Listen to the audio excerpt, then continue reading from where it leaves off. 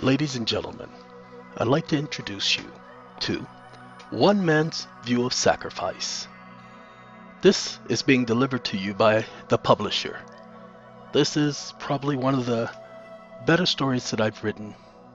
It is covering a total of over 140 years of the history of one's family.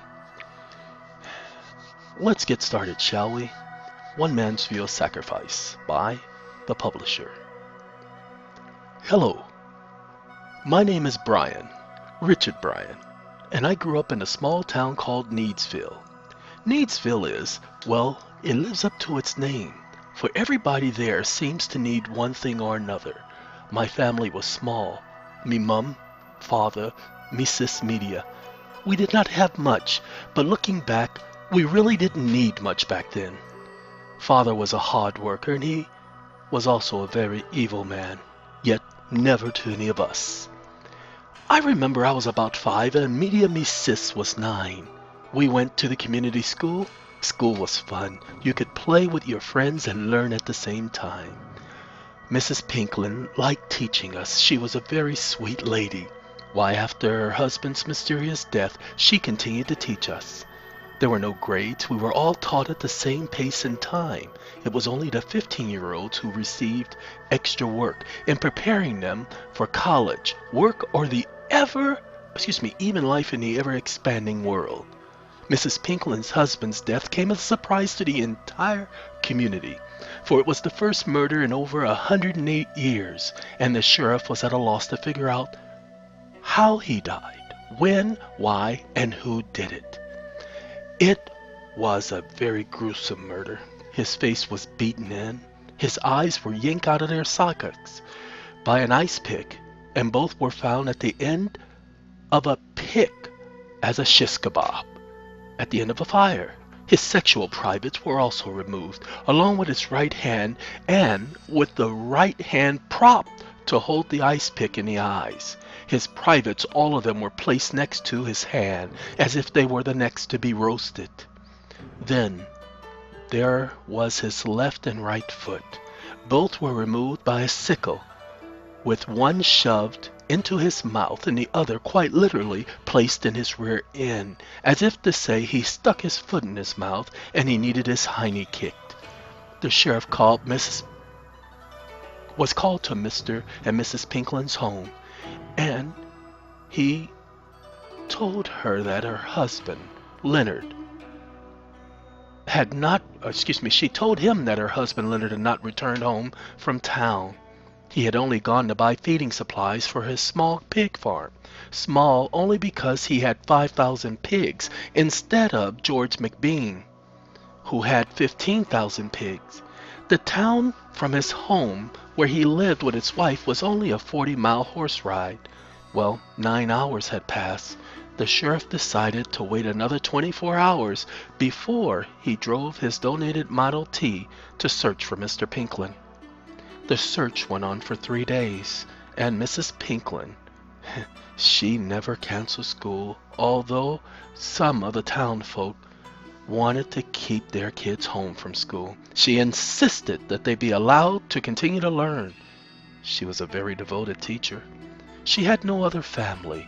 She was not capable of having children. She was not functioning in her privates to bear children. She would later say that we were her children. And, come to think about it, she was like a mom to all of us.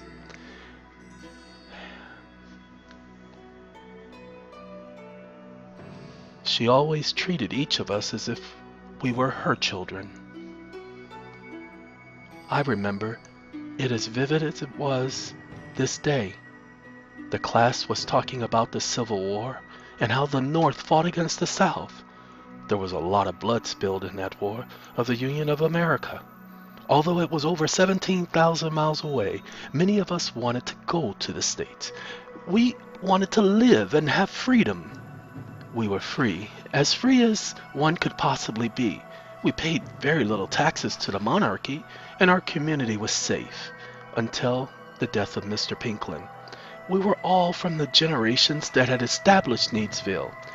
On the day that the sheriff came to the class and told Mrs. Pinklin that he found her husband, and to that she said, "Oh, thank God!" Then he told her, we could not hear, but we believe it was, that he was dead, and how they found him, and she cried. My mom came there with the sheriff, and she told Mrs. Pinklin that she would be okay. All of us looked at each other. No one said a word. Why, what could we say? Moments later, she was insistent on getting back to us kids, her kids, and she was determined to help us learn and not miss a single day of learning. I reflect and realize that this was a very special woman, and compared to me, Mum, I have met not one who came close. The next few days, the scene of the murder was the talk of the town, and although I was only 5, I do remember Father and Mum would not allow us to discuss such violence in the house. As a family, we would give Mrs. Pinklin all of the love we could muster. Why, even the school kids, all of us got together, and we had our mums bake a cake, and we held a town meeting with Mrs. Pinklin as the maid of honor. Even though it was the day before the burial, we officially adopted Mrs. Pinklin as godmom of all us kids, and as the backbone of our town. You know, she cried, but she was not sad. She was, it would seem, very moved by this, and I believe she was able to deal with the tragedy of losing her husband as a result. The next 5 years were uneventful. Mum and me father were very religious. Why, Father was even a church officiant.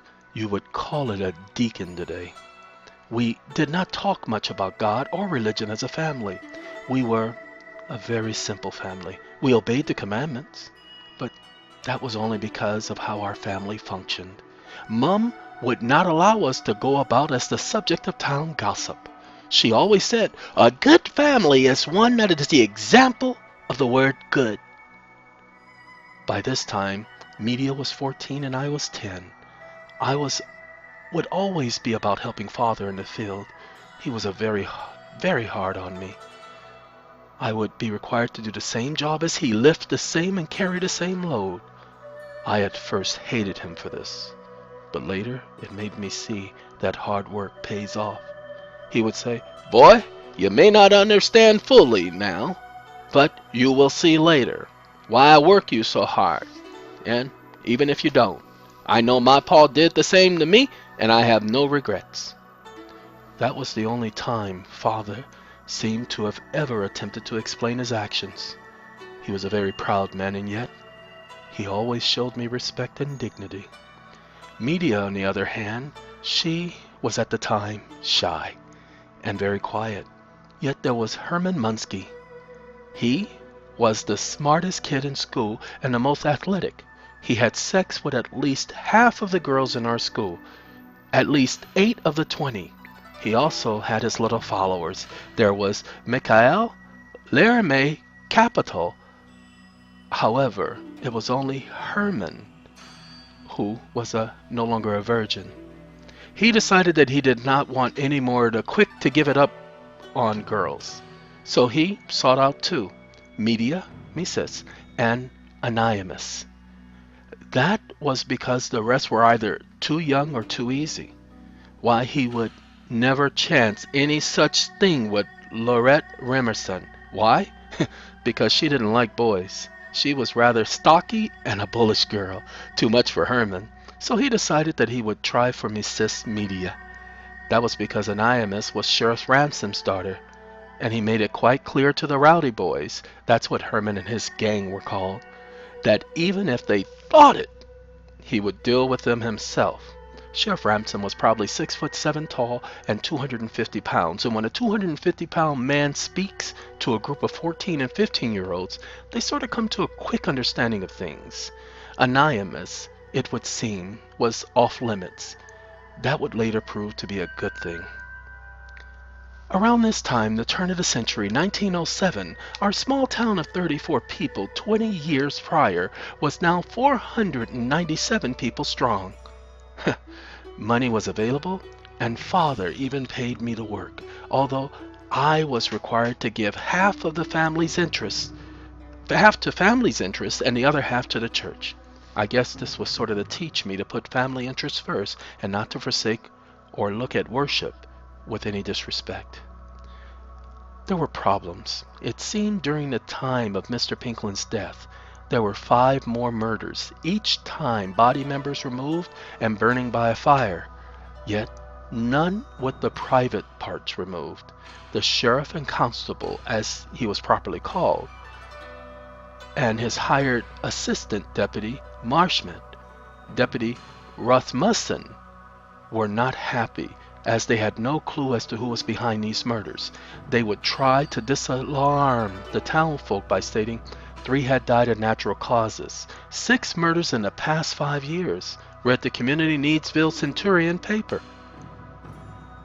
This disturbed the sheriff. He felt that they would have a very bad problem on their hands if this news was to spread to the whole township, so he did not allow the paper to present another article for the next 80 days. I guess the press was without the right to inform. What Sheriff Ransom did not count on was that those in Needsville did not need a paper, for they had their town gossip, and that was worse than any paper. You see, with a paper, the words are written down. With gossip, the words change from one to the next. After 80 days, they were saying at Gossip Central, the town pub, that 6 more would die by the end of the year, that the sheriff has possibly allowed the killer to go free, and that the killer was from a neighboring town, yet no one knew which one. The sheriff, after many meetings with Mayor Capital, finally decided to call a meeting with my father, who was now the pastor of the town's church, along with several other older men of the town.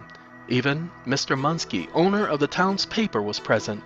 The sheriff and the mayor decided to be candid with the townspeople on and telling them all of the details of the murder, even allowing such graphic information to be printed in the town Centurion, Community Needsville Centurion. They even asked Father to give a sermon on the subject. This did not stop the gossip of the townspeople. They, however, were better informed, and the story was not distorted after that to any significant degree. As the months passed and winter approached, there was plenty of snow. We still went to school, and Mrs. Pinklin was now the principal of the school. She taught the 5 to 11-year-olds. We loved her teaching. She made learning fun every day. She hired 2 more teachers to help with the 60 kids in the school. Each taught the 20 in their group, and did so with the same spirit as Mrs. Pinklin had instilled. We were very fortunate. One day a surprise blizzard occurred. While on the way home from school, Media was walking, and I guess who decided to see her home safely? Yes, you guessed it, Herman. Herman was walking her home past the Simmons farm. When Media would not talk to him, he insisted on carrying her books. He continued his conversation, yelling over the winds. She did not pay him any mind. Why, the wind had picked up so strong that he could not hear himself. They could no longer see in front of them. The road was gone. Media was not only cold, but she was also nervous. Herman gave her his winter coat, and although she was reluctant, he yelled that they needed to get out from there and find shelter until the storm passed. As they continued, Herman was to the point of freezing, while he had given Media his hat, coat, earmuffs, while he had nothing to protect himself with. I guess up until this was probably the most gentlemanlike thing he had ever done. They spotted a barn, and he did not recognize where they were. As they headed for the barn, my father and Mum were told that the phone lines were down. However, just before they went down, only Rochester, Herman, and Media did not make it home. Father told Mum that he was going out to find Media and to see if the sheriff had had any luck in finding the 3. I told Father that I wanted to go, but he said no. He put on his jacket, his hat, and his earmuffs. He kissed Mum. He patted me on the head, telling me, "You stay here and look after Mother until I return home, okay, young man?" Then he left. He did not take the family automobile. He rode one of the horses. As the time passed, the storm got worse, and Mom sat and cried, but she did not make a sound as the tears fell down her face. She was scared, one of the 3 times that I'd seen her like this. I walked up to the couch and hugged her. Then our power went out. It is told that some European discovered electricity and the light bulb. Not so. It was Hanna Volkowski, Van Holvedel. He even discovered the electric generator that powered our country and town. But that's not important. So I would keep the fire going in the dark, and Mum got a blanket and wrapped me up in it with her. Some time had passed, and I guess we both fell asleep. Then the door burst open. Mum leaped up in surprise as I fell to the floor. It was Father, and Mum said, "Howard, did you find the girl? Did you find her?" He said, "No, they only found the Rumison boy, and Herman Munski and Media was still missing." He said that he only came back to change into some dry clothes. He explained really fast that the children saw Media walking home with Herman, and that there was so much snow that they could not follow any tracks. Mr. McBean had given the aid of his bloodhounds to help in the search, and that Mum needed to hurry and get some of Media's clothes so that the dogs could get a scent going after the scent. Mum ran to Media's bedroom and retrieved a nightgown and gave it to Father. He took it and told Mum, whom was now crying. He told her, "Claire, I'm gonna find the child. You just keep that fire going." Then Mr. McBean came to the door and said, "Look, Howard, we best get going. I don't know how much longer we can be out here." He looked at me after kissing Mom and he said, "Son, remember what I said." Meanwhile, Herman had used some of the wood to clear away the hay and started a fire. The windows he had boarded up with whatever he could find. It was about 2 in the morning, and they did not see any let up in the storm. Then it happened. Media spoke to Herman, the first signs of life from this shy little 14-year-old. She said, "I'm hungry." Herman said, "All I have is some candy and what the fellas gave me for lunch. Ham and cheese sandwiches." Media said, "My father won't let me eat ham. He says that's bad food." But she accepted the candy. While Herman was busy keeping the fire going, Media was watching him. She told him thanks for giving her the coat. Then she thanked him for the earmuffs and the hat. Herman smiled and said, "What else was I supposed to do?" She remained silent. He told her, "At first I thought you didn't like me. That's the most you've ever said to me your whole life." She told him, "You can stop. I know why you try to speak to me. All the kids told me." He was caught red-handed and said, "What? What did I do? What did they say?"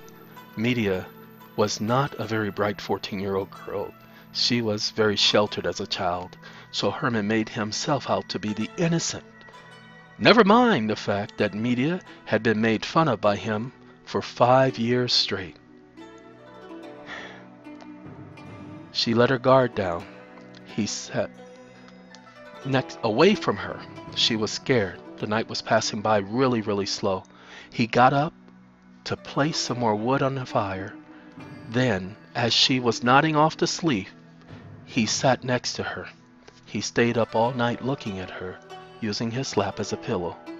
I was told that he never attempted to touch her or make any advances towards her all night.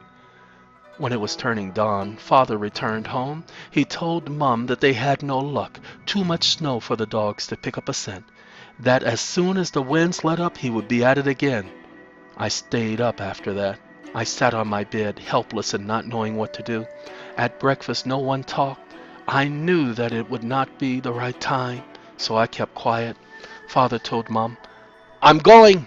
It doesn't look like it's going to get any better."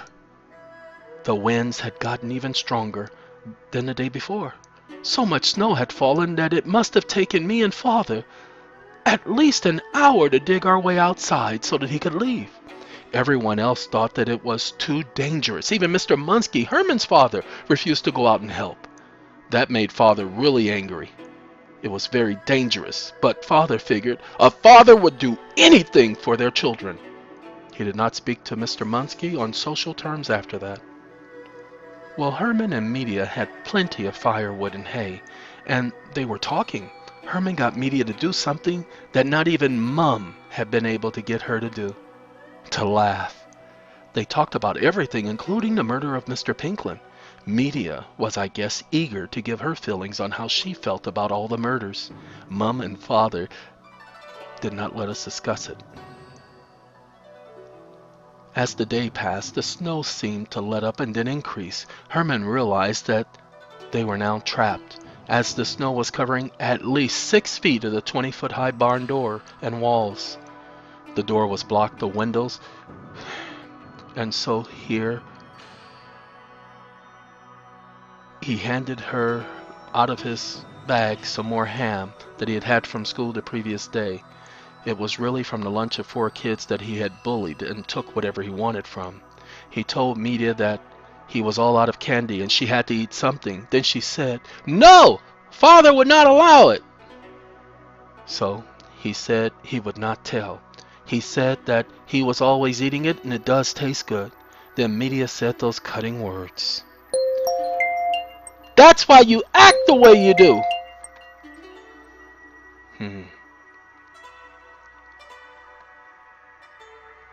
He did not say anything. He bowed his head like a hurt puppy, and he sat in a corner. Media just stared at him. Father was out there, all alone, in that deadly storm. Why, 4 people froze to death in their homes while they were asleep. I guess they let their fire go out. And no matter that, Father was out there and he was not in a home and he did not have a fire to go out. Mum and me were very worried. And then Father came yelling, telling me to help dig so that he can get in.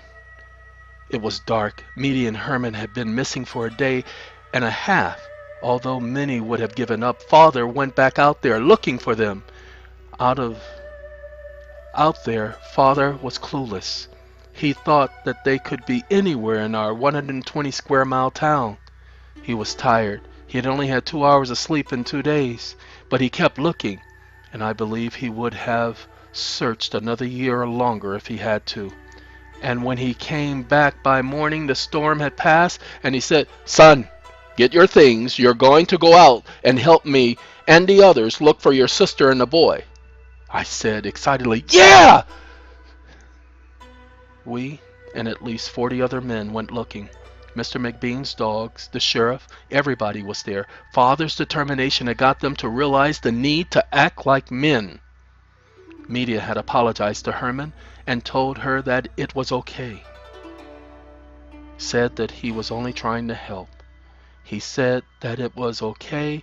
Then he came over and said, "Look, I'll cook it over the fire, and I promise no one else will ever know."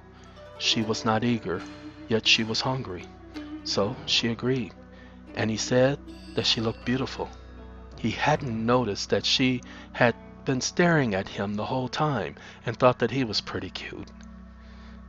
After he cut the ham and placed it on the cheese and made a sandwich, he gave it to her and he walked away. She looked and said, "Where's yours? Aren't you going to eat?" She suggested that they share and that he was allowed to sit next to her. Well, she enjoyed the ham and his company. He added more wood to the fire and he went back and sat down next to her. He told her that he was sorry about the rumors and that he would never do anything like that again. She rested her head on his shoulder and he put his arms around her. Meanwhile, Father divided up the search party into 4 groups of 10 to the 4 directions around the school. The only problem, there were not enough dogs to go around for each group. Yet they proceeded. After 12.5 hours of nothing, Herman had leaned over and kissed Media on the cheek. She was startled at first, but smiled. Then he talked about her hair, how it made her beautiful. What he didn't know is that while he went to relieve himself, she had peeked. She was, I guess, sort of fascinated with his privates. and placed her hand kind of nonchalantly over his pants. He soon laid down next to her and allowed her hand to remain there, and told her, "Only if you think it's okay." She smiled. He turned about and covered himself. He closed his eyes as she uncovered herself.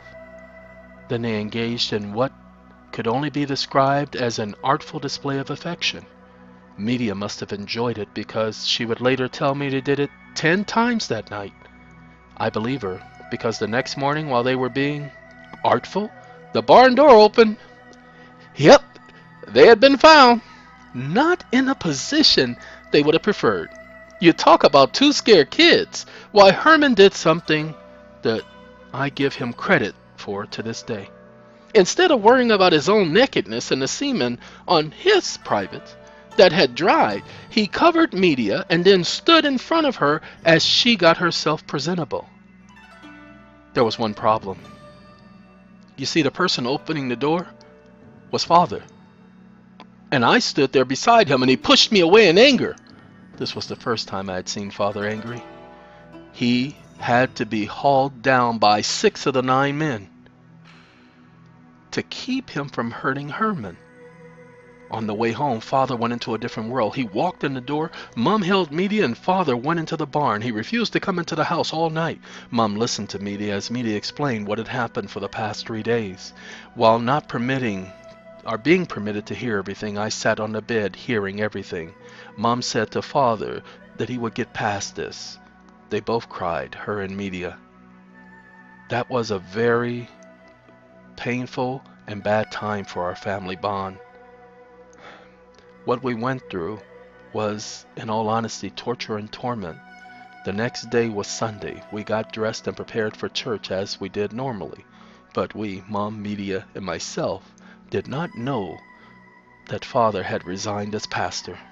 He refused to go into the church with us, and when Mom asked him to come inside, he refused, telling her to go on ahead, that he'd be there later.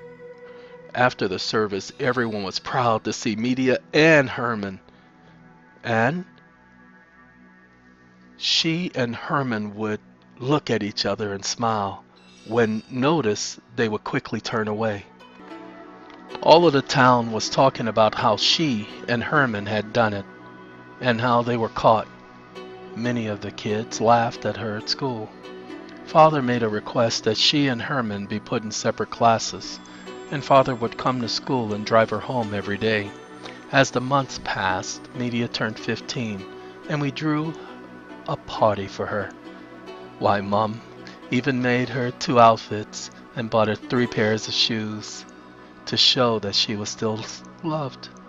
Media was even more quiet than ever before, and Father not speaking to her did not help the situation. Media would cry herself to sleep many nights, and she started getting really sick. One morning, Mom held her from school. As she called Dr. Klein to our family home, she wanted Media to be checked out. He did come, and soon he pulled Mom to the side and he left. After that, all the way from school, I could feel the tension.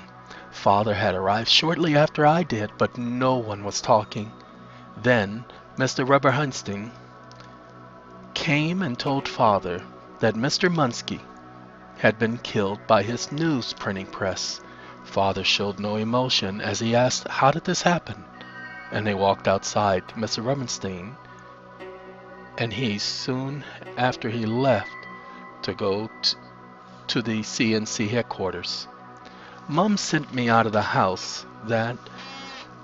She said that she and Media had to talk. I could not tell what they were talking about. I found out later that Media was pregnant, and Mom had told Father, and she did not know that Dr. Klein had told Father. The sheriff came to the house, and he took Father to the headquarters of his office. They suspected Father of killing Mr. Munsky. Why not? And who would blame him?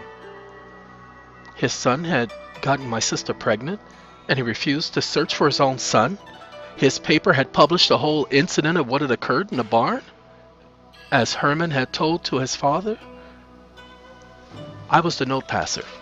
Herman would give me a note and tell me not to read, but to give the other to Media. Media would not say much to me. She would just give me a note, some candy, and some coin money. Homely, shy girl Media, right. She would always send 10 to 20-page letters. This kept the two together and happy. The embarrassment was not over, for the worst was yet to come. Sheriff Ransom allowed father to return home after Dr. Klein had confirmed that Dad was with him when Mr. Muskie had died. Later, they ruled it an accidental death. Herman's uncle took over the newspaper because he was Mr. Muskie's assistant. None of it really changed that much afterwards. I remembered for months after the funeral, Herman would always be spotted crying. His letters to Media would sometimes be wet when he would give them to me. I did not mind helping both he and me sis, plus they paid pretty good. Media had been removed from school as she was really starting to show, and Mrs. Pinklin volunteered to teach her at our home. Father was getting worse. He was always yelling, starting to drink. He stopped going to church. He moved out of the house to the Simmons farm, which I later discovered he bought it. To this day, I don't know where he got the money to buy it. Before the child was born, whom Media and Herman agreed to name Isaac Herman Muskie IV. The town had its 20th murder. Now the Duke's men were called in to help, as he'd gotten direct word of the occurrences. He, it seemed to many, had overreacted, for he sent 180 men to investigate. Every man in the area was questioned. While the questioning went on, for over 4 months, 3 more murders occurred, to include Mr. McBean. Each was with the cutting off of limbs and the burning by a fire. Everyone panicked. Parents refused to allow their kid to go to school. Mrs. Pinklin was even scared, but she kept tutoring Media, and I was able to join in. She would bring meals to father and check in on him at Mom's request. Mom did not get about. She was dedicated to her family. Media did give birth after that. Herman was permitted by Mom to visit Media and the baby. Mom was a strong woman. It would seem our family was now the talk of the town. A 15-year-old gives birth, said the CNC paper. A 16-year-old, can he be a father? That was the next article. 4 months this continued. Father was, if not ever before, more determined not to come back to our home. We made it through that time. I, however, did not have much support growing up from a male role model. Father was not the same. He changed, and he was not the one to see if I was doing okay or if Mum was well. He would send money to Mum, although we had no idea where he got so much money. I added it up one day. Over 18 years, 33,000 US dollars. Life started to return to more normal or semi-normal. About 3 months after the baby was born, we were back in school. Although the Duke's men never found the suspect, they had questioned over 228 men. It was that suddenly the murder stopped, and then gradually the Duke's men returned to the capital where they had been based. For 7 years, no more murders occurred. Well, except one. The Archduke was assassinated as he rode through a neighboring city. This left the entire country in an uproar, many calling for revenge. Then the drafting started. I was 17 and the only son, so I was not required to go and fight. Media was now 22. Now she and Herman were married and their son 7, and being taught by Mrs. Pinklin. Herman was the owner of the CNC, partners with his uncle, Rochester, Laramie, and Mikhail, and even Laurette Remison. Each joined the forces of the Triple Alliance. We were now required to tighten our belts and to donate all excess food, clothing, and money to the Alliance. We were fully at war. Herman was stationed in the capital, in charge of communications. I helped out at the newspaper, and then by the end of the year 1917, at the age of 20, I joined the Navy.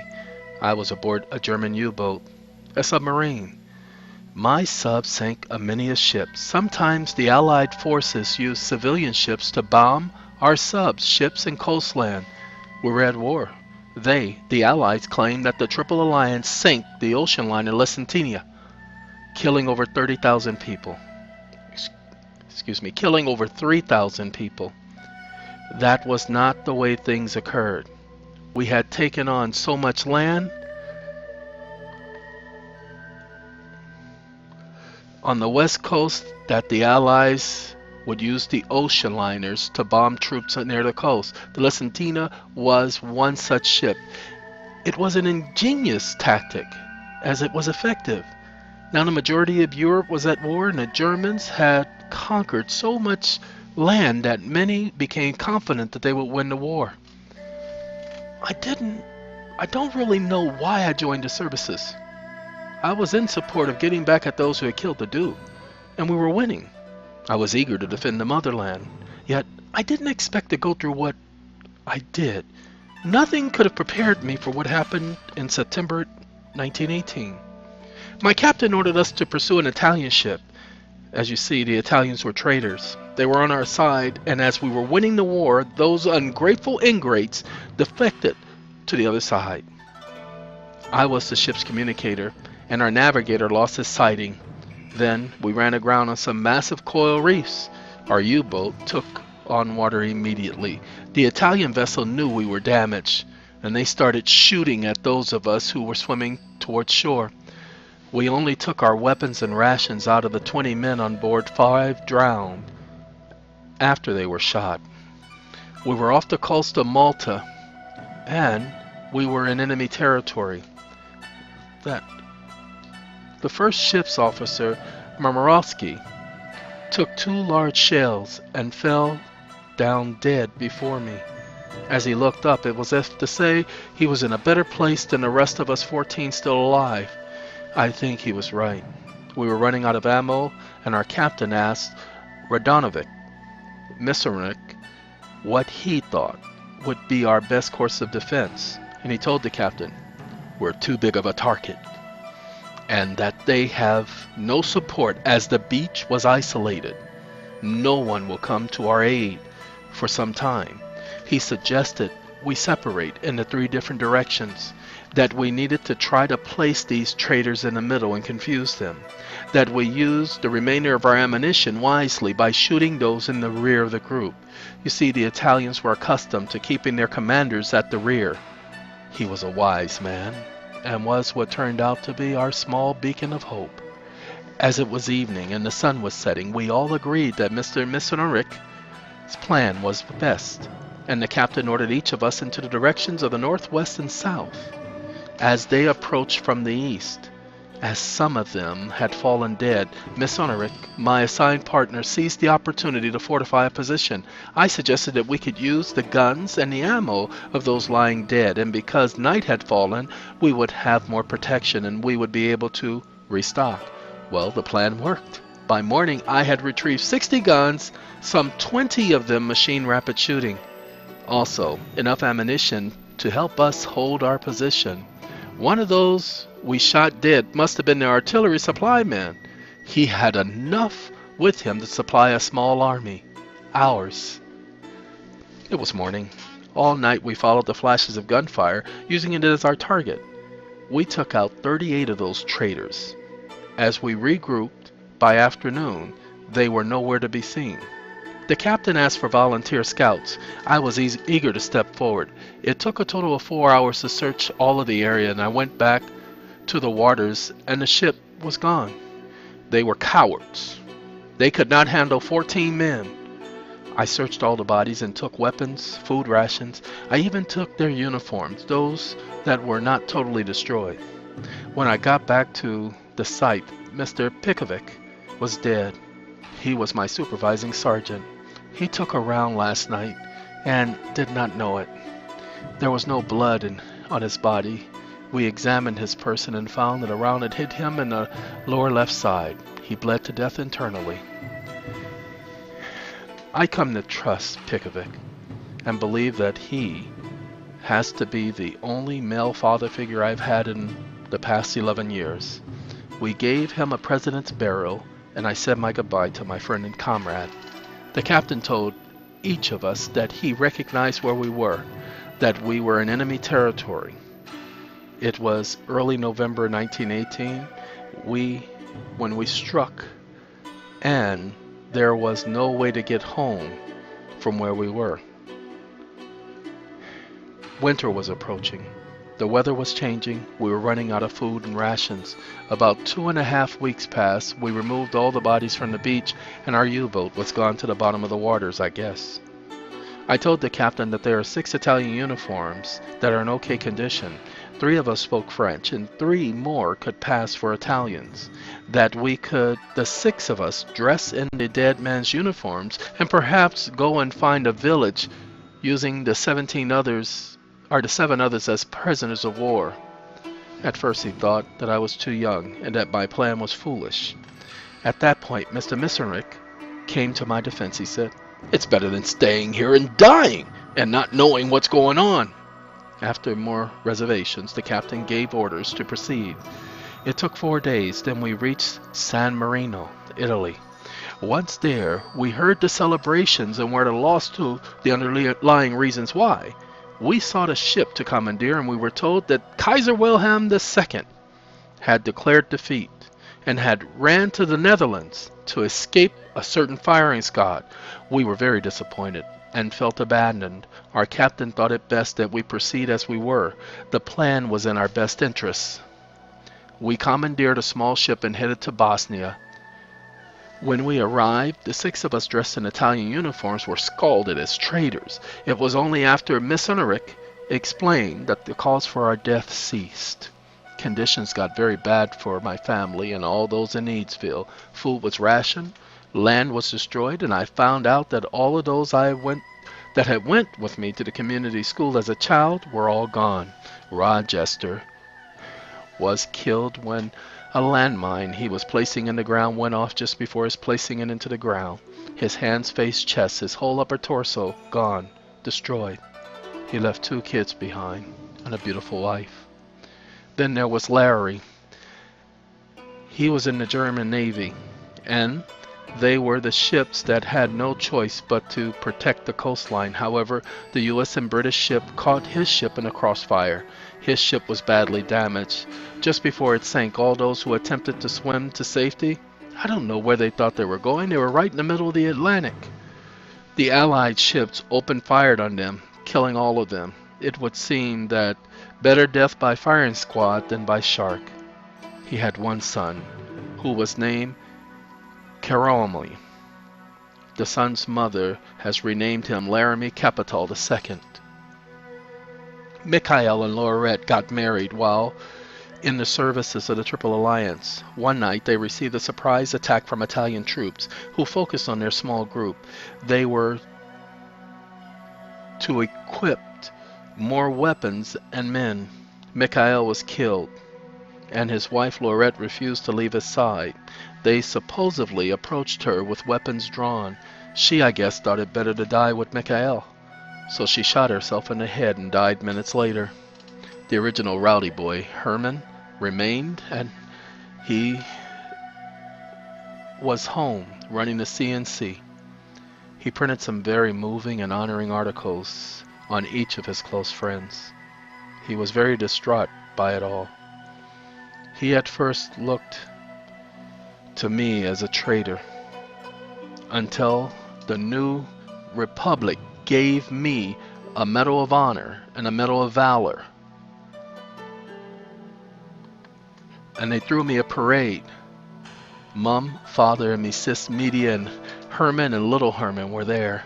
Father had changed little. He came to me after the parade was over, hugged me, and told me he was proud. He later told me privately that he was very disappointed in me. I asked him why. For all of the disappointment that I had in him, he was not one to talk, I thought. Harold, he would tell me that he was angry when I joined the forces. He said that he left me alone, or that I left Mum alone. Then I guess he came to understand that my joining the service was to protect Mum and him and our family. But that would be the last time that I would see Father for the next 13 years. Mum was doing better. During the post-war years, she caught the flu. She was near death. We got word to Father, and he refused to come and see Mum. I was so angered at him, and at the time that I was determined never to speak to him again. He never stopped sending large sums of money. He was at least faithful in something. The year was 1820 and Mum had been sick for over 6 months. Then the paper reported the sickness to be the Spanish flu, and so far 10 million people had died as a result. By the time another month passed, 19 million people had died in total. We all feared that the world was experiencing a plague from God for having participated in that world war. Mum soon got better. She was fortunate, for in our town of 800 people, 380 died. We were fortunate none of our family was a victim. I started to seek an interest in solving the murders that I was not allowed to talk about as a child. I was one of the constables, and Sheriff Ramson was the town mayor. My supervisor was Laramie Capitol's father. I told them that I was fascinated with the murders of the past 20 years, from the time I was 5 until the present, 1927. So far, the Needsville sacrificial priest had murdered 43 people. All the murders had one thing in common. They involved the fire burning of the victims' body parts. Why, we had a serial killer in our hands and did not know how to put a stop to his warrantless killings. So I took the entire case file home, studied them, noted similarities, and retraced the steps of the killer. Anonymous was now 31, still beautiful and still off limits to everyone, yet I was drawn to her beauty and how she was very reserved.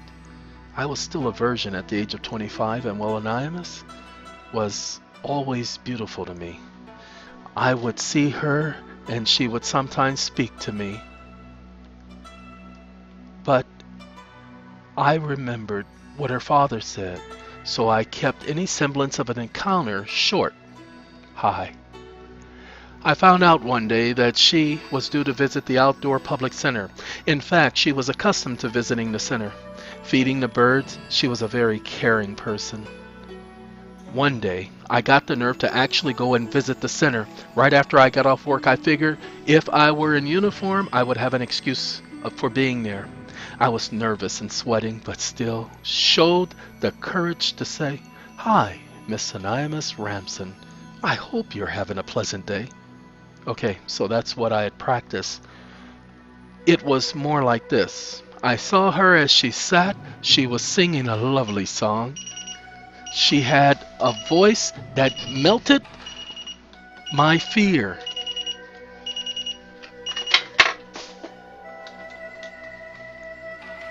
I was moved. I stood there staring at her. She noticed, so she said, "Excuse me, Constable Bryan, is there something wrong?" I stutteringly said, No, I was just taken by your beautiful voice. Why, I've never heard no one sing as masterfully as you. Just this moment, the voice of an angel." She blushed. I said, "Oh, I'm sorry. I embarrassed you," she said softly. "Oh no, Constable Bryan." "No, please. We've known each other far too long. Call me Rit," was my reply.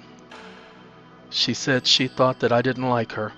Why, every time she spoke to me, I paid her no mind. That I did not even acknowledge her. Told her I was afraid of Mayor Ramson, her father. Why, he made it clear that she was off limits and I respected her father. She invited me to sit down next to her and we talked. It must have been about 10 p.m. By the time we realized how late it was, so I asked if I could see her home. She jokingly said, "No! What if my father should see you with me? Why, he might have you arrested or something." And we laughed. She was very charming, and I learned that she liked me when I was 17 and she was 21, but because of my father, she was afraid to talk to me. We were dating steadily from that time until 1925, when we finally married.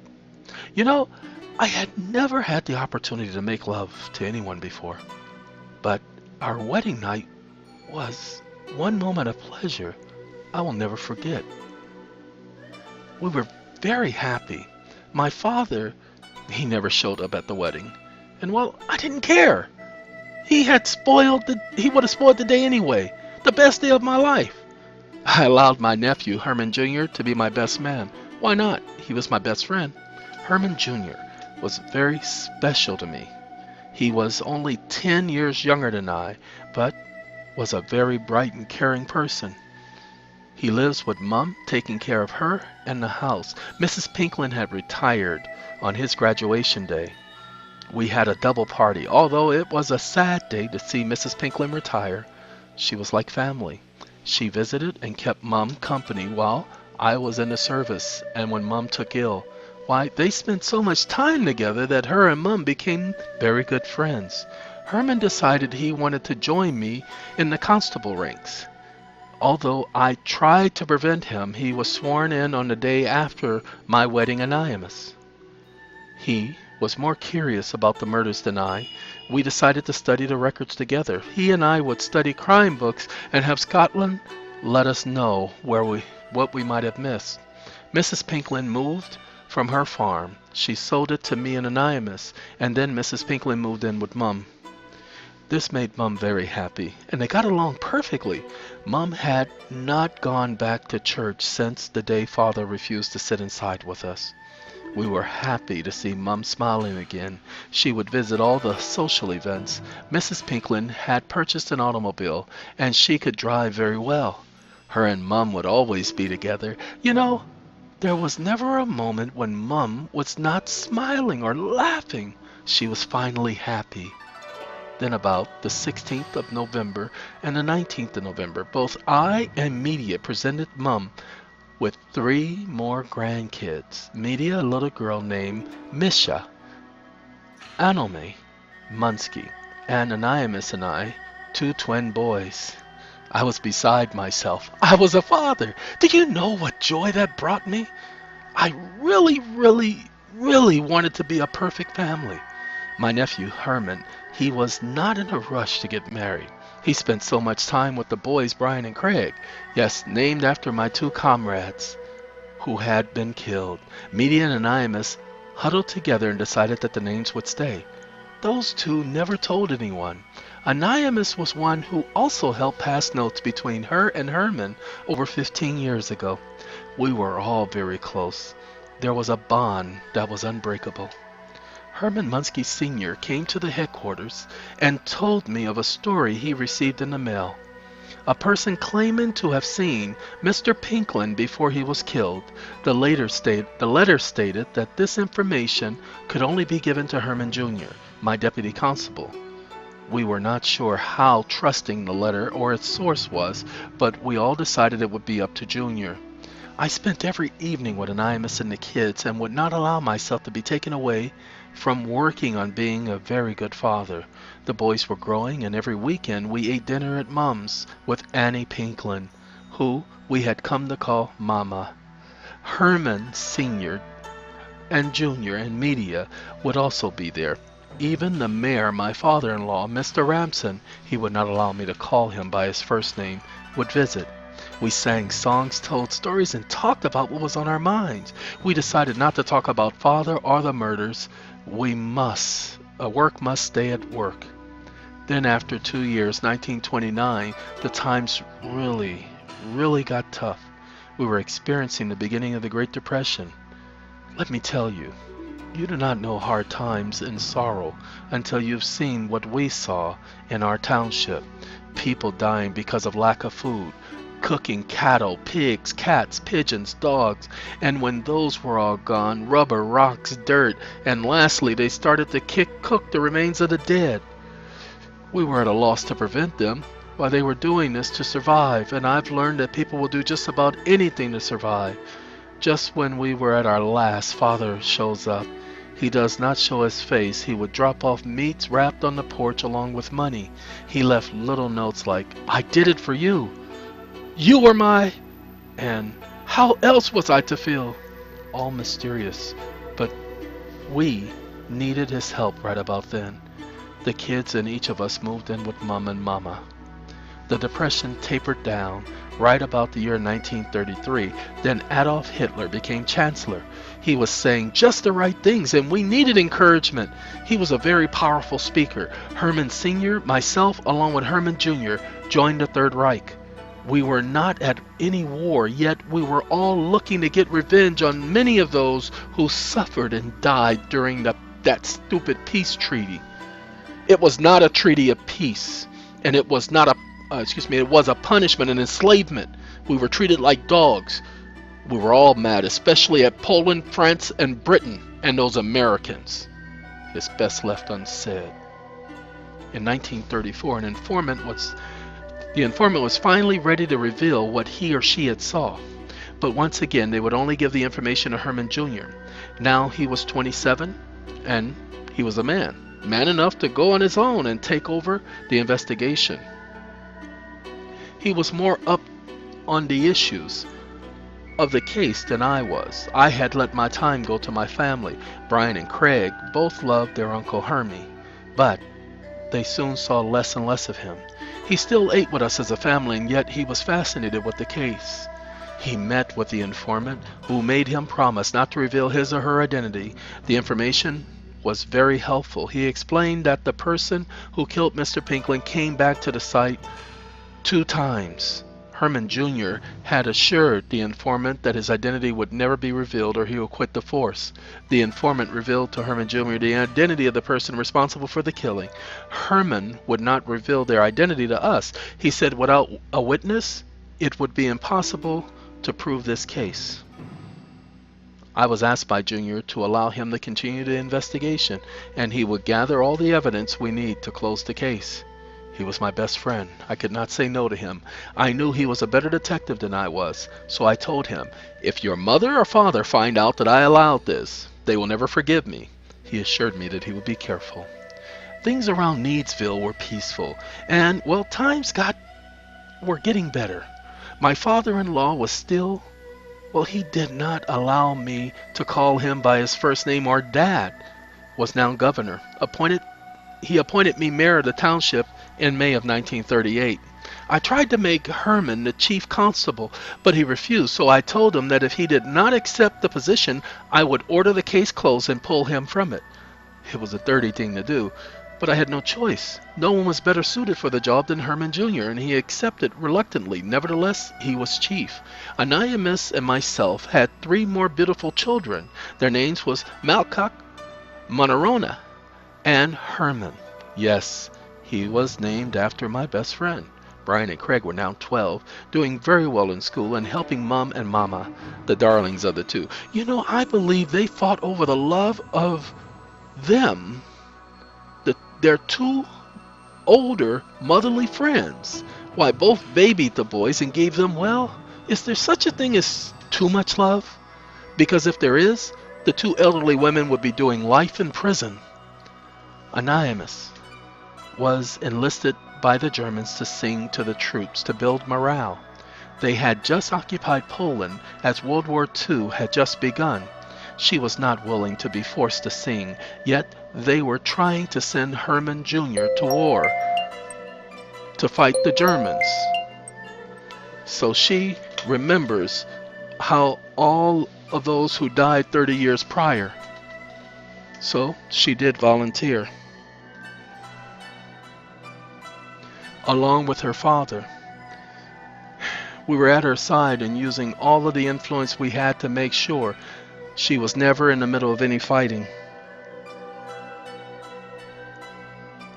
She was sent to the 3rd concentration camp, or the 3 concentration camps around Needsville. The town had grown to well over 8,400, and many of those who were of Polish or Jewish descent were sent to the camps far away. Anonymous spotted 24 people from our township. She was not close to the war. She did not get to see what I saw, how brutal it was, how the killing seemed to go on forever. She was not one to judge a person because of what others said. She stayed away from the gossip of the town. It was settled. I would accompany her, and we would be a team. The kids, Brian, Craig, Malka, and Manorona, and Herman, were all sent to Mum's, and we returned home periodically to spend time with them as a family. By the time 1940 came around, the situation had changed. We were under German occupation, although officially we were on the side of the Third Reich. There was a report that charged many of us with being a danger to the interests of the motherland. My family was spared the rumors because we had spotted or supported the Germans for over 40 years.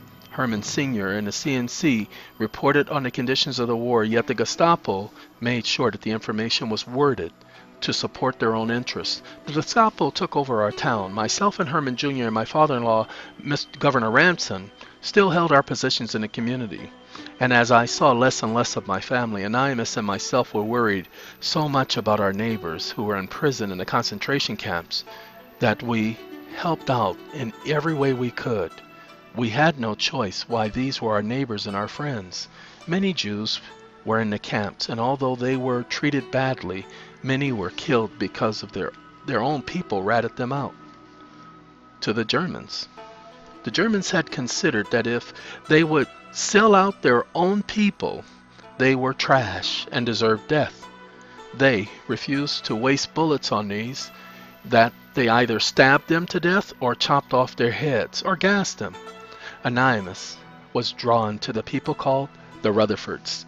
They were a group who wore a purple diamond on their camp uniforms to distinguish them from the others.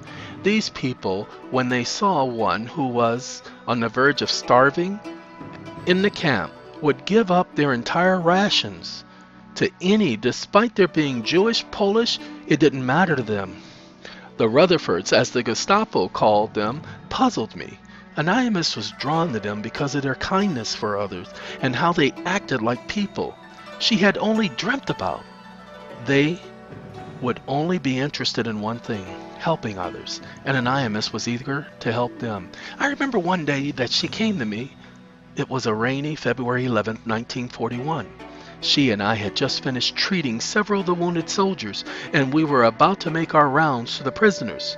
I had convinced the Gestapo that it was in the interest of all in the camp if we make sure the morale and the spirits were up, we would get better productivity. We could also get close enough to determine if there were talk against the Fuhrer.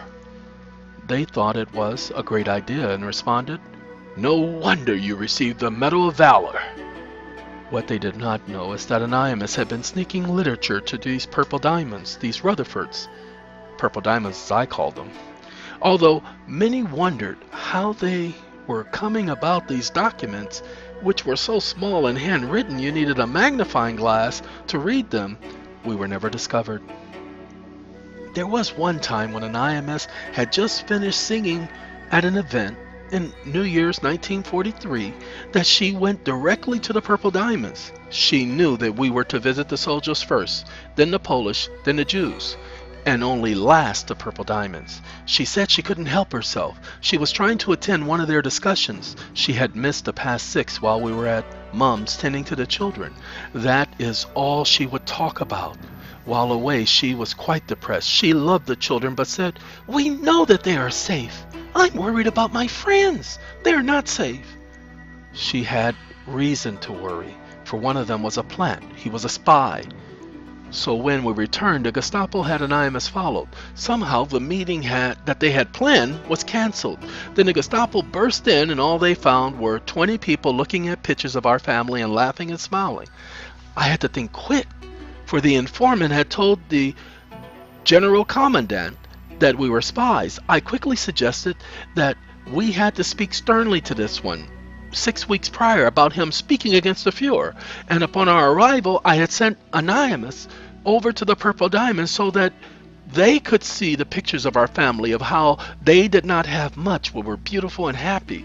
I also noted that the change in routine was my suggestion, as I wanted to take care of the problem as it appeared while away may have grown too large. Then Anonymous, right on cue, stated that the man was only upset because she had his literature taken 6 weeks ago and that he had made advances to her.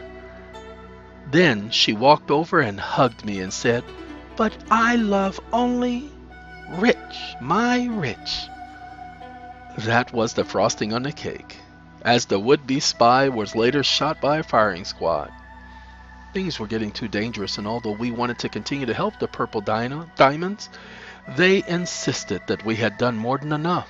By February 1944, we were sent home on leave. Before we could return, the Soviet forces, the Gestapo, to leave our area. We were now under Soviet control, although they were not too pleased with our support of the Germans, nor with the fact that we had allied ourselves with Hitler. They allowed us to remain in Needsville. However, the KGB was now in main control.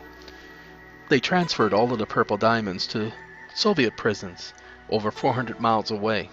It would be some time before we ever saw any of them again. We were under Soviet Premier Stalin, and although he allowed us to run the township, those who would not join the army like the Purple Diamonds were treated cruelly. Herman Jr. was now 39 years old, and Mum was now 84 years old, had called all of us to the house. That included all 17 grandkids and 14 great-grandkids. Mama was now 90. They said they had something that they wanted us to hear, some very good news. So all of us arrived and we sat in the backyard eating roasted lamb, along with her masterful goulash. Media, who was now 50, and Herman Sr.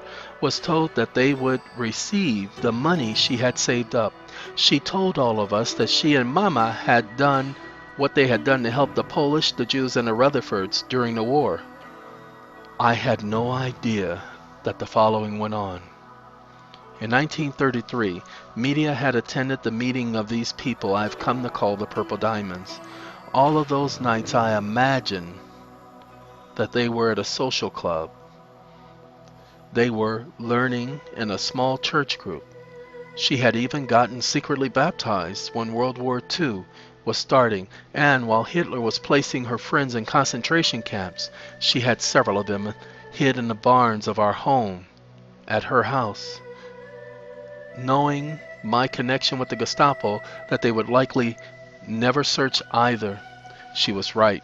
Our agreement was that Mom's home and my home were off limits, so she would print their literature and give it to Anonymous as part of the wrappings of our food, and line the bottom of her handbag with little books of the Bible scriptures. And Herman Sr. also helped unknowingly.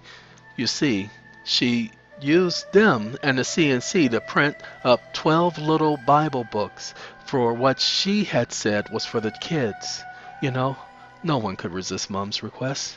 She was at present being rewarded for her efforts, as media, along with their 6 grandkids and 4 great-grandkids, were all Purple Diamonds. Yet there was a problem they did not realize the seriousness of. That the Soviets, Joseph Stalin, did not like the Purple Diamonds because they refused to fight in the war and join the army. They were put in some of the worst prisons in the world. Mom was not the least bit afraid. Why? Because she had me to prevent anyone from finding out. You see, I was acting governor of the township of Needsville. I was in charge of discovering who was or was not a Rutherford. My being governor was the only thing that prevented my kids and nephews from being drafted. They were, as a result, exempt. It was not easy, but I also could not say no to Mom. Plus, I witnessed firsthand the Purple Diamonds, their kind and giving spirit. They were very good people, so I agreed, much to the entire family's delight. Mom would leave the farm and the land to Herman Jr. She said he meant a whole life of joy to her. She also gave it as a family possession. Yes, now I could see that with all good news, there's bad news. She asked for me and Herman Jr. to join her in the house with Mama. After getting inside, I could hear Anonymous leading in song outside. She sounds as beautiful as ever. Mum had me sit down in front of her while she explained something that would leave me completely numb for the rest of my aching days. I don't care how long I live, I would never have suspected what they had to tell me. I found it too difficult to believe. I could not, it could not be possible. Why? And how? I was torn within with both anger and a need for vengeance. Life had come to a complete stop, and nothing had ever come close.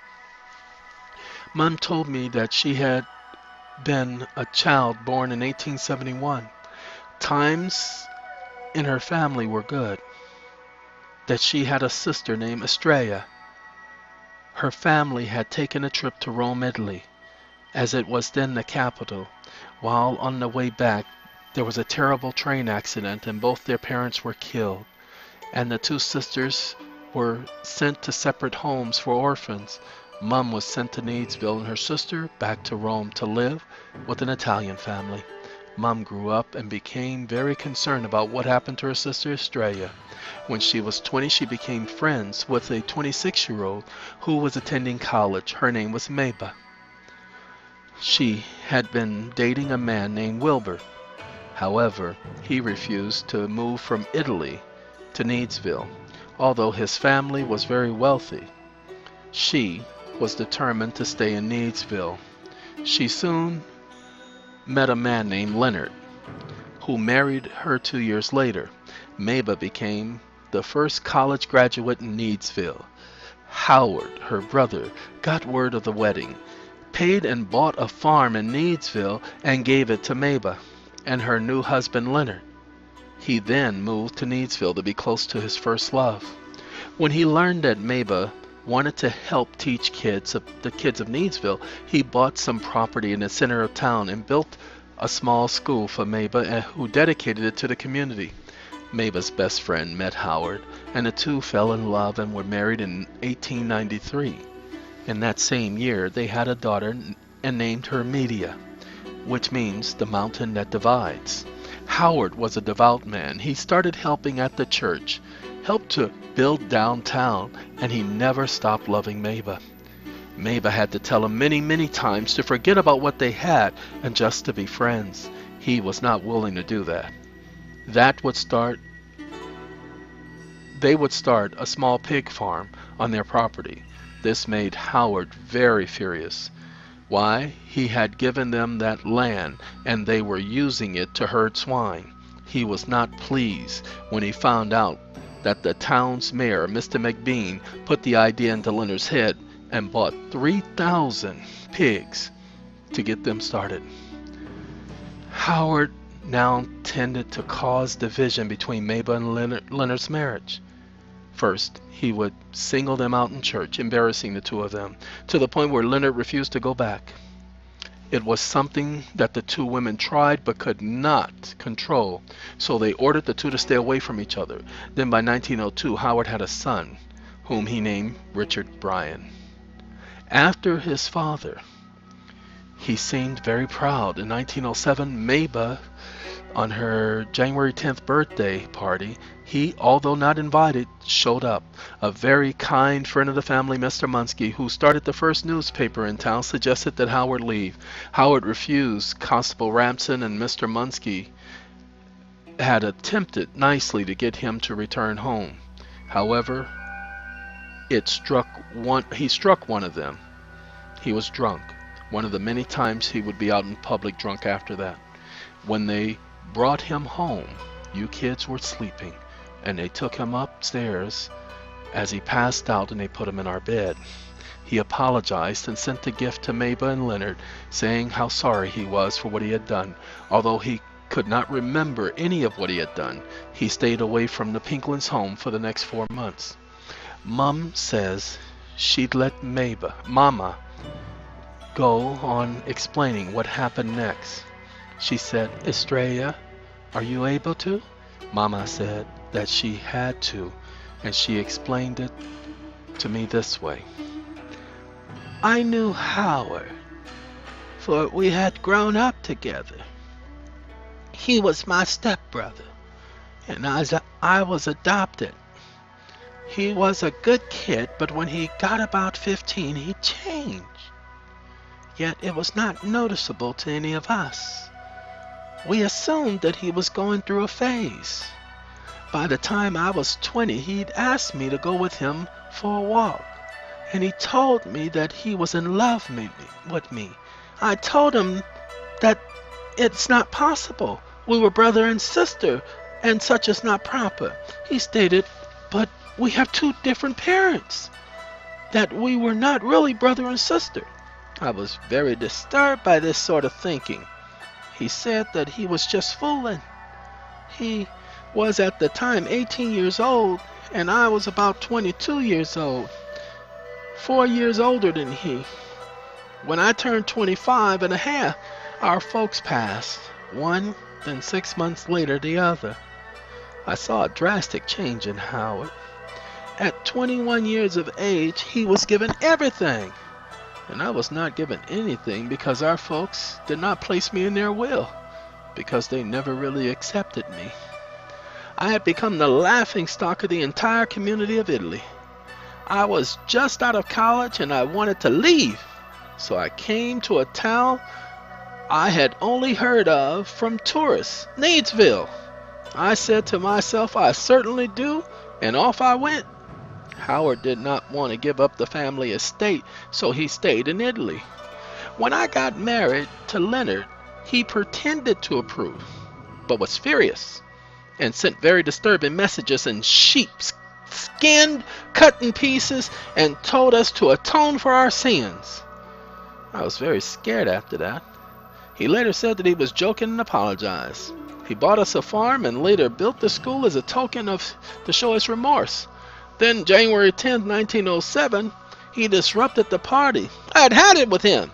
I told him not to speak to me or come by our home ever again, and if he wanted the land back, we'd move. He sent the letter and the deed to the property saying that he would honor my wish. I could not have children, and Mr. Munsky printed the article in the paper on the issue. Not to my liking, but he was a newsman. He meant me no harm. He later printed a retraction, however.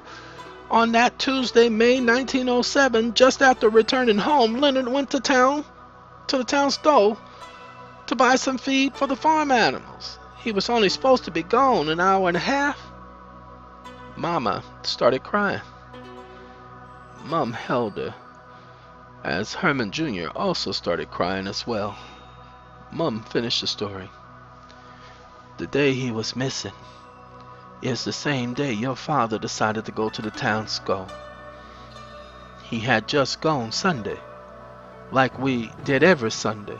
He purposely did not remember to pick up razors and eggs, claiming that he had enough at home until the next visit. Plus, he knew Leonard went to town every Tuesday.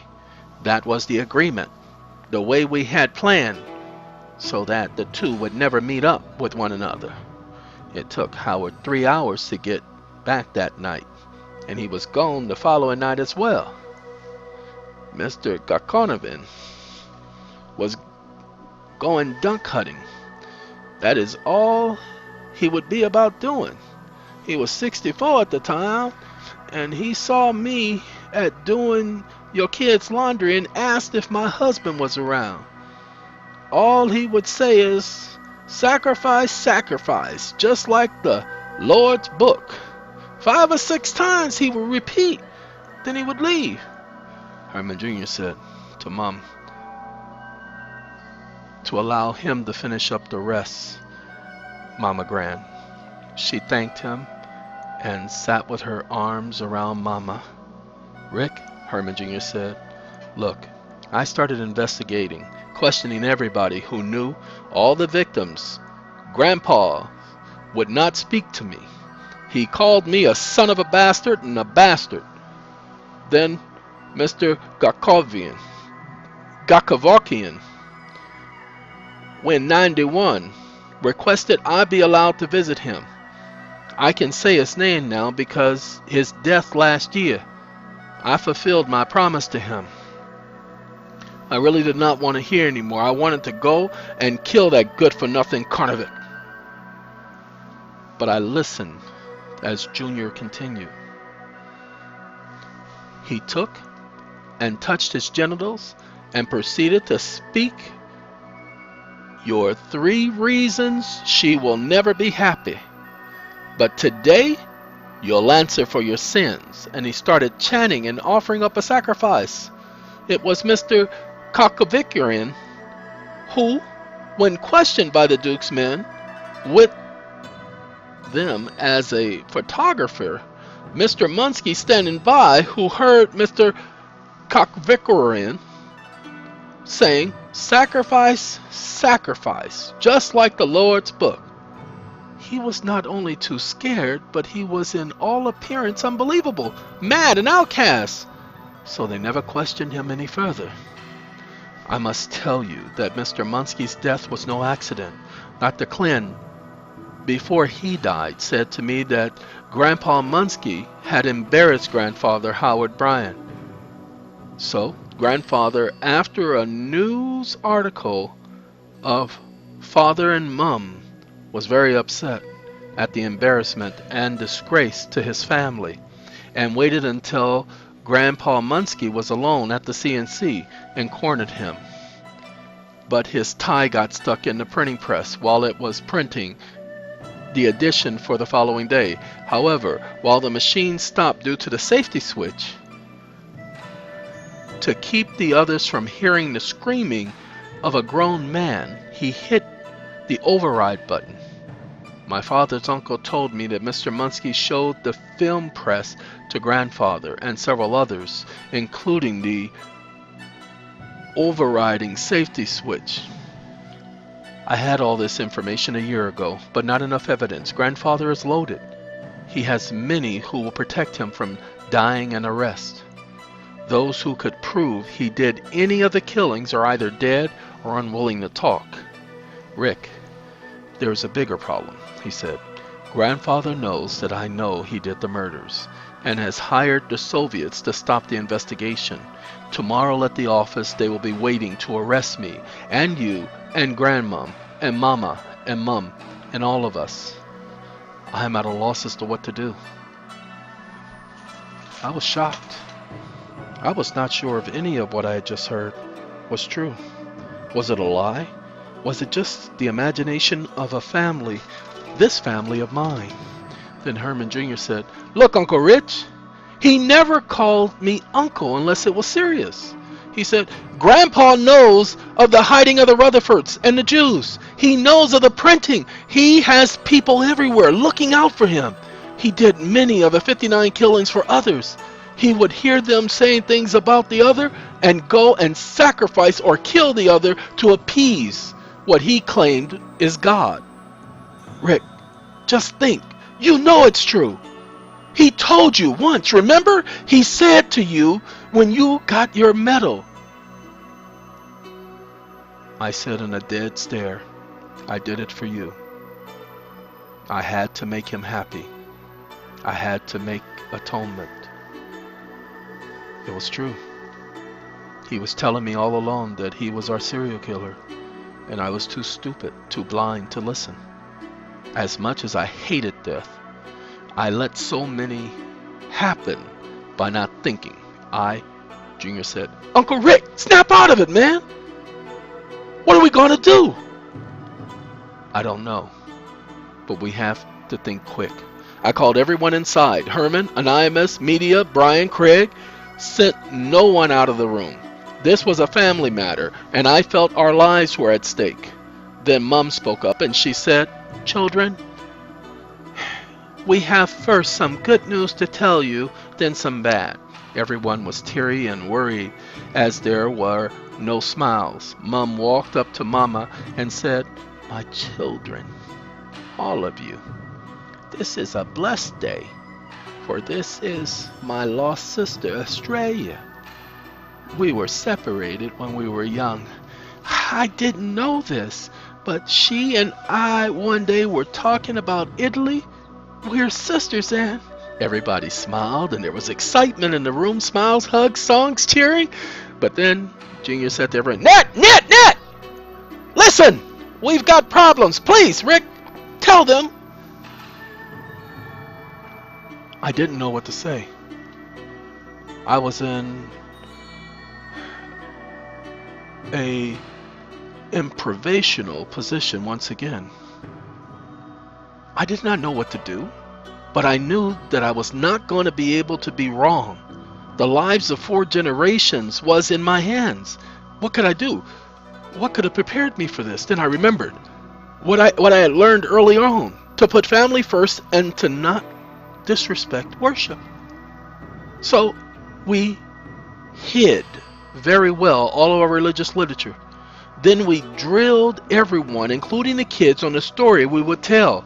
We made it a game. We practiced all night. By morning, we pretended that life was as normal as possible.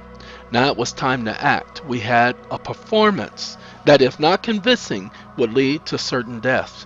Brian worked with Craig as deputy constable under the leadership of Herman Jr. When they arrived at work, they were met by 300 Soviet troops, their commander along with the Soviet KGB secret police. They pulled them into the office and demanded the case files of the sacrificial priest.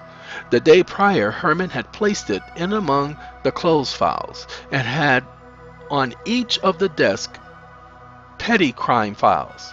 They drilled him about the murders, and he said he had believed it all to be the work of a Rentenisic Gakavarian who had died last spring at the age of 111. That since his 86th birthday the murders had stopped. All of those questioned had proved to be unreliable, and he noted for the past 25 years no more bodies turned up relating to the case. Then they questioned him about the Rutherfords, and that it was believed. But before he could finish, he handed them a report that he had created last evening.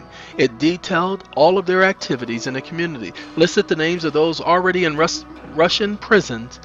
He then told them, "We sent this to headquarters several years ago, along with monthly reports. They have occasionally been spotted and questioned. We, however, determined that these few elderly posed no significant threat to the regime or the community."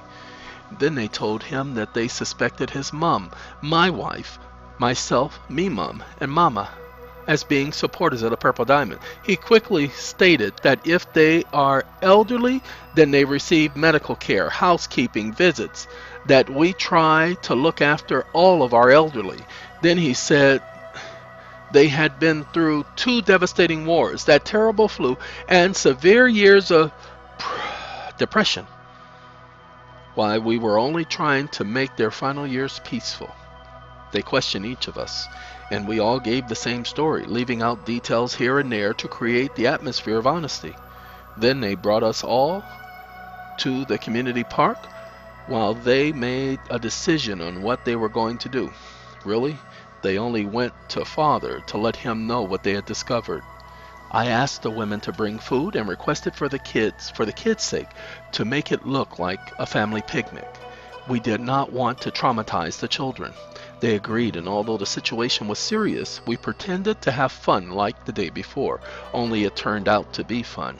The tension lessened, and the commander came to myself and to Junior as well as Herman Sr. and apologized, told him that we are cooperative people, yet we serve our leader, and this no matter who they may be, and that several years prior, when their soldiers were in the camps, we took care of them. Then that's when it happened. An IMS began to sing, and at least 20 recognized her voice. They did not know how she looked because the Germans would not allow us to have any contact then to sing outside the barracks. But those who recognized her began to tell their commanders in Russian that was the angel's fascinating voice they had heard when they were held prisoners. She smiled and thanked us. He smiled and thanked us, and we invited them to join us, and we celebrated all morning until evening. The secret police arrived, and they ordered the commander to the side. He was asked to explain his actions, and after he told him all that had transpired, they summoned me over. No one else was allowed to join me. I wonder, could this be it? We've come all this way to this point. Will this be all for nothing? Nervous, I stood before them, no smiles on their faces. Then after what seemed to be like at least 10 minutes, They shook my hand, patted me on the back, and saluted me. They did all of this because I'd been given a Medal of Honor. Twice!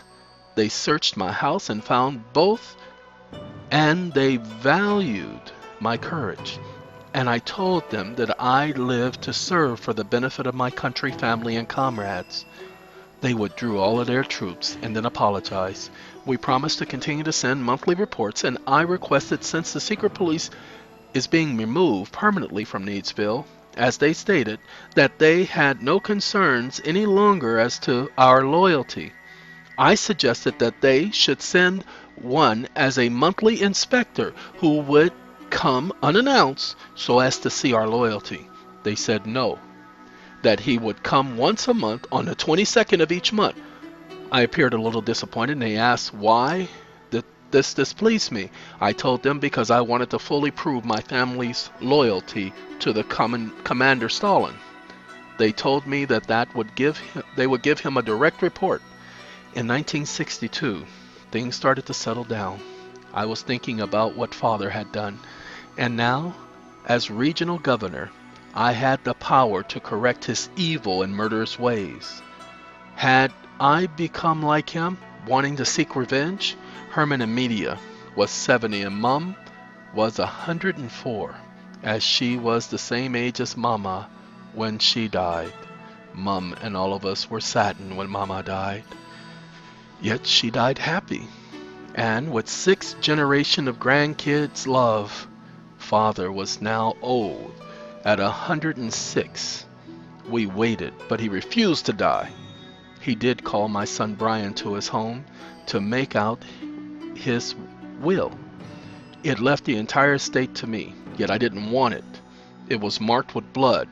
Anonymous still as beautiful as ever, and the Munskys were all still in very much control of the CNC. Their son, Kvarkovin, was now 40, and their youngest was running the press. When I saw that Munskys, Media and Herman Jr., now 55, was doing fine, yet he hated what that man did to this family. He finally did marry a very sweet child, 10 years his younger. Just about that time, the Russians made him director of the KGB for our sector.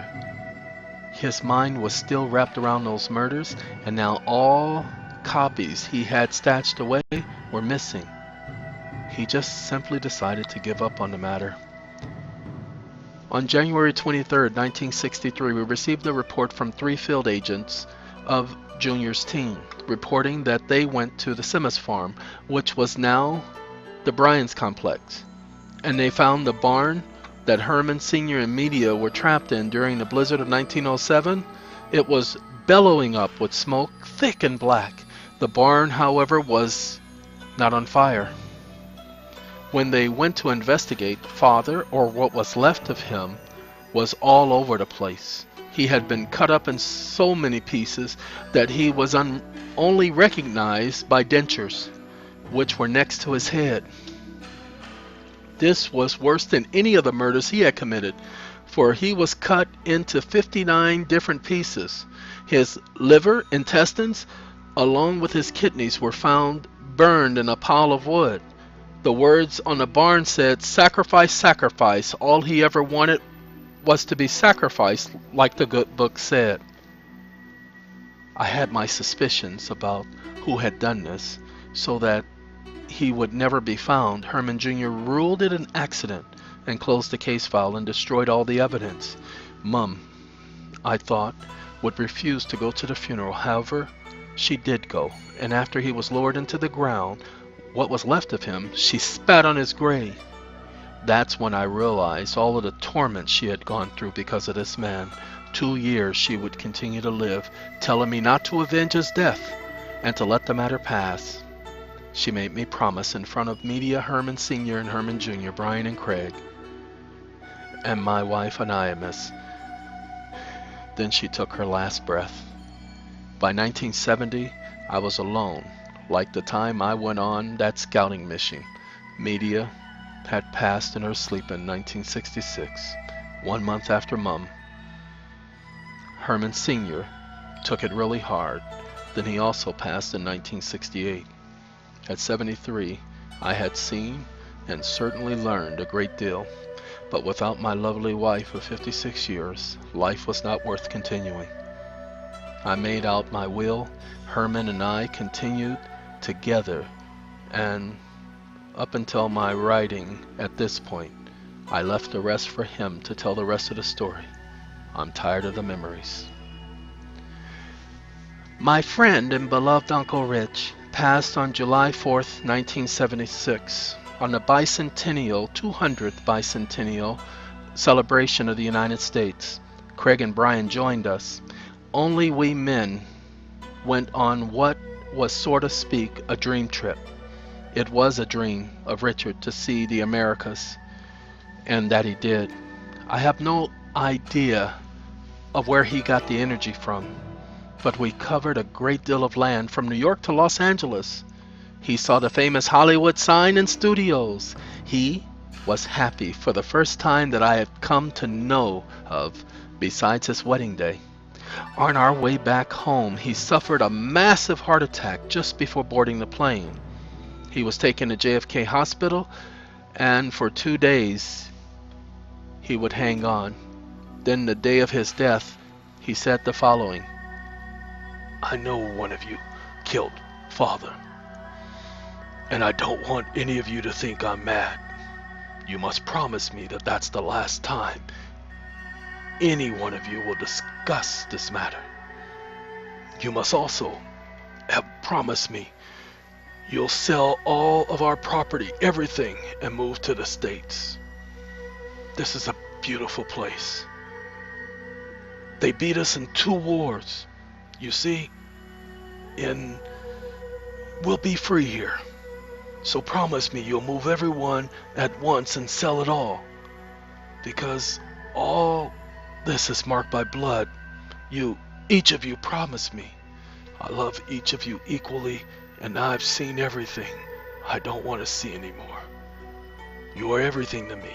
You, all of you, are everything. Remember to put family first and never treat worship with disrespect." Late that night, he suffered a stroke and passed at 10:43 p.m., July 4th, 1976. We had to hurry and make plans to get our whole family out of Russia, but we had to do it with the help of the America's CIA. We contacted them because we were from Russia. They did not trust us at first. I showed them my credentials, and Brian showed him his Kremlin badge. We went back 2 days after Father's death, and a news report had reached home of his death and how his wish was for us to honor him in enemy territory. Then at home, the 3 of us went to the Kremlin and petitioned for the allowance to go to the Americas, and of how Rich wanted us to come and to bury him in Moscow, in the center of the mother country.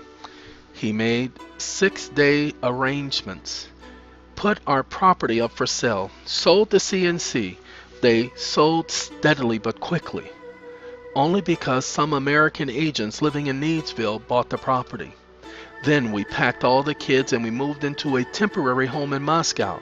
We paid an attendant to look after the home and prepared for the funeral for the next 10 days.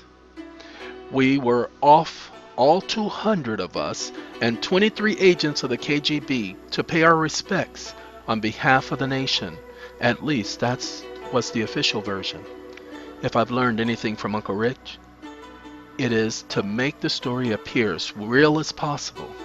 The family was prepared as in the past. Everyone was ready and tried to look sad. We reserved a plane to ourselves and reached Los Angeles 28 hours later. The hotel was waiting in advance, and the security team swept the room for bugs, trapdoors, and the like. They made sure that the windows were secure and then secured the floor and the elevators leading to the floor in which we were housed. The Americans would not tell us the plan to get us out, as we knew our people had some bugs throughout each hotel room. We did not look for any. This had to be a very natural event. The day before the funeral, all of us gathered in the same room to listen to the tapes of Ananias singing. I gave strict orders not to be disturbed for the next 6 hours, and if anyone did, I would personally see to his trial for treason and punishment by firing squad, hoping that would work. A note dropped out of the ceiling. I told the others by hand motions to continue, as they were crying and sad. The note said that there was a passage in the ceiling leading to the next building, where 2 buses were waiting. That was our way of escape. We, at 200 people in a 4-room apartment, how could we possibly pull this off? Too many people involved. So we let one male go, first Brian, then all the kids. Well, this was the plan. The adults would live their lives. The adults who had lived their lives, we were not planning to get caught, but if we did, at least the kids were safe. Craig and myself and our wives were last. The Americas retrieved the tape of us acting like we were sad, and on the tape in the background was a tape of Ananias. I don't know how they did it, but as the children are going up the ladder in the background, the room continued to sound like 200 people were throughout. We were just about there when the KGB agent knocked on the door to come in. The remaining 80 of us already told you what to do. To all cram into the center of the room. I stopped the tape and then the real voices sounded. I went to the door and they came in and pushed me to the side. As governor, I did not have any power in the States. Then right on cue, Craig stepped up and pushed him back, for he was the regional director, and demoted the commander on the spot. He ordered the men out and told them that if they did not leave, he would order the Kremlin to send replacements for the new prisoners of the labor camps. They saw him reach for the phone and ask for an outside line to the Kremlin, whose number was on the register's file. The Kremlin was listening through bug devices. The tape was rewound. While all of this was happening, confirmation of the motion of the commander came over the transmitter. The new commander apologized and exited, promising no more interruptions. The tape was restarted and the volume steadily increased. We all made it in and out to the buses, but how long will it take for them to realize we were gone? The Americans covered our trail by blocking off the corridor and sealing up the access. They placed 3 of their agents in the rooms so as to slow down the chase. Rich already perceived our needing to use him as an excuse, so he took a sodium capsule. After he realized it was the bicentennial, he knew we would never be able to bury him, so he sacrificed himself for his family. All of the children had their names changed, and most of the adults changed their faces with surgery, and all eventually became purple diamonds. We used to worry about being spotted, but like Rich, we have learned to deal calmly with every matter. We have realized finally what he had dreamed as a child. Freedom of a real kind, to make a choice. The lesson he taught us is to put him last because he put us first. I don't know if that made any sense to anyone else, but I understand it. My good friend and Uncle Herman Jr. died in the year of 1993 at the age of 85. He is what helped us to stay a unit. Not to tarnish what he is, my father have documented, but I killed grandfather. He had to pay for all that he did. He was an evil man, just like they said. All of us have changed for the better, Brian and Craig and me, but they could not see what I saw. Grandpa was trying to make right all the wrongs he had done. The only way for that to happen was for him to die. You know, he did not scream or make a sound. It was like That's what he was waiting for, a sacrifice. A sacrifice. All he wanted was to be sacrificed like the good book said. I have not yet turned to God like most of my family. They still don't know that the last 10 people I helped him kill. They were attempting to take over Needsville. That's a good name. Granddaddy had a good way of coming up with names for things. There will be no more added to this story, as too many things occurred and they left so much. But I now realize that they sacrificed much of what happened to protect the good name of the family. This is concluded this June 1st, 1999. Ladies and gentlemen, I present to you One Man's View of Sacrifice. Have a good day. By the publisher.